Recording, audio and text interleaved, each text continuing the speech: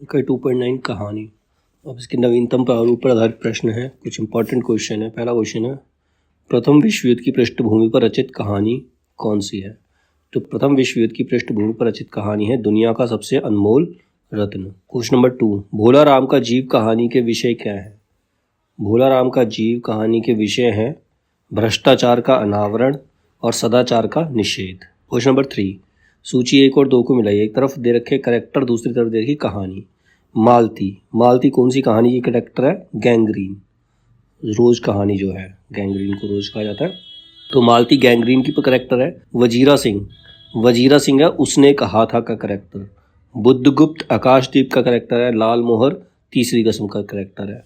Question number 4, तेरी बाँ की अदा पर मैं खुद हूँ फिदा, तेरी चाहत को दिल भर बयां क्या करूँ, यही ख्वाहिश है कि तू मुझको देखा करे और दिलो जान से मैं तुझको देखा करूँ। ये गीत निम्नलिखित में से किस कहानी में प्रयुक्त है?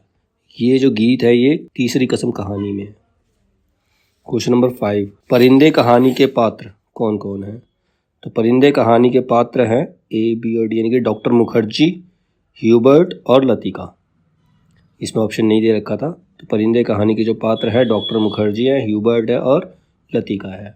क्वेश्चन नंबर 6, तीसरी कसम कहानी के पात्र कौन है? तो तीसरी कसम कहानी के पात्र है धुन्नीराम और पलटदास। क्वेश्चन नंबर 7, प्रकाशन वर्ष की दृष्टि से सही अनुक्रम क्या है? कहानियों का प्रकाशन वर्ष की दृष्टि से सही अनुक्रम क्या होगा? CBDA, यानी कि नीलम देश की राजकन्या, फिर पिंजरा, उसके बाद जयदोल, फिर अग्निखोर।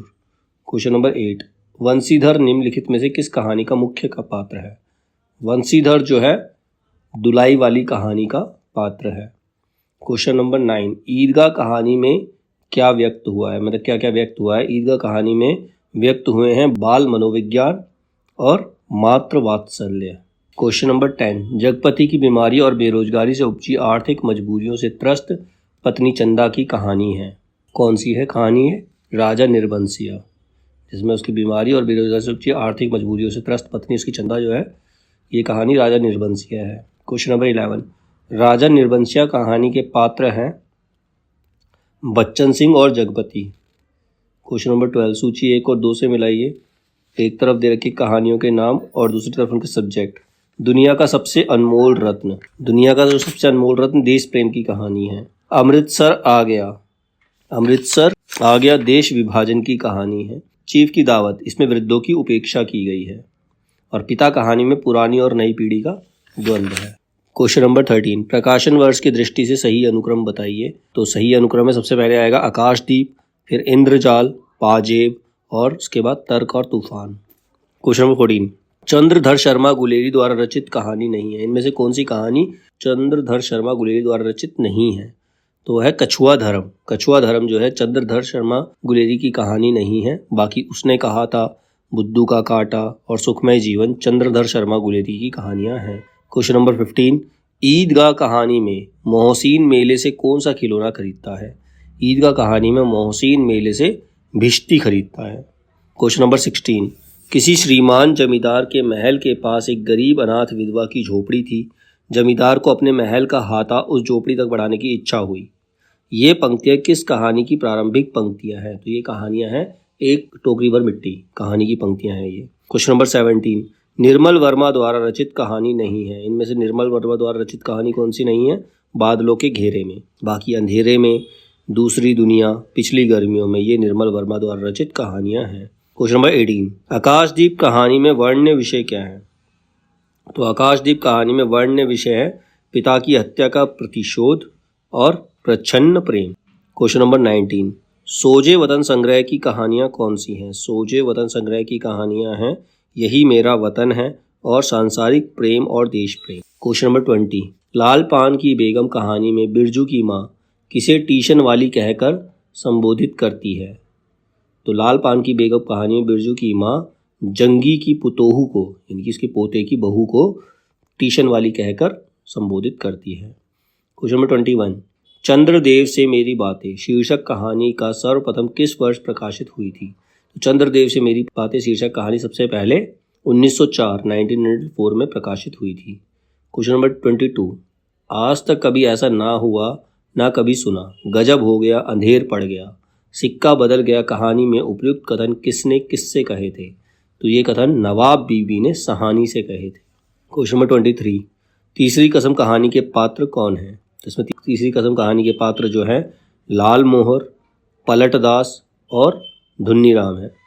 क्वेश्चन नंबर 24, गैंग्रीन कहानी के संदर्भ में विचार कीजिए। तो कौन कौन सी बातें सही हैं गैंग्रीन कहानी के संदर्भ में? तो सबसे पहली है, इस कहानी में पिता पुत्र के संघर्ष का चित्रण किया गया है, ये गलत है।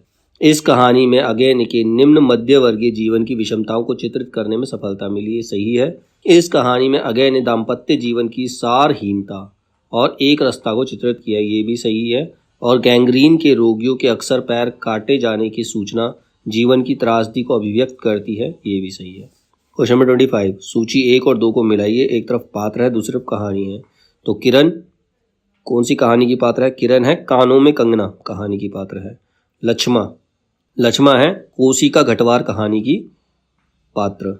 अनीता जो है राही कहानी की पात्र है। शामनाथ चीफ की दावत कहानी का पात्र है। क्वेश्चन नंबर 26, निम्नलिखित कहानियों के प्रथम प्रकाशन वर्ष के आधार पर पहले से बाद के क्रम में लगाइए। तो सबसे पहले इसके अंदर आएगा कानों में कंगना, फिर आकाशदीप, उसके बाद ईदगाह, परिंदे और फिर राजा निर्बंसिया। क्वेश्चन नंबर 27, उसका युवापन एक प्रतिष्ठा की जिद कहीं चुराए बैठा है, वह इस प्रतिष्ठा के आगे कभी मजबूर कभी कमज़ोर हो जाता है और उसे भुगत ही रहा है। उपयुक्त कथन किस कहानी से उद्धृत है? तो ये कथन पिता कहानी से उद्धृत है। क्वेश्चन नंबर 28, माँ के हाथ की बनी कौन सी कला देखकर चीफ प्रसन्न हो गए? तो आंसर है फुलकारी। क्वेश्चन नंबर 29, निम्नांकित में से कौन सा गीत तीसरी कसम कहानी में नहीं है?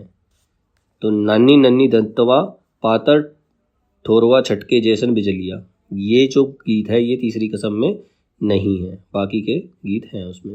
क्वेश्चन नंबर 30, इंस्पेक्टर मातादीन चांद पर के संदर्भ में विचार कीजिए। तो इसके अंदर है, मातादीन को चांद से एड़ी चमकाने का पत्थर लाने का आदेश प्राप्त हुआ है और मातादीन ने कहा हमारा सिद्धांत है, हमें पैसा नहीं काम प्यारा है, और चांद पर मातादीन का सार्वजनिक अभिनंदन हुआ है।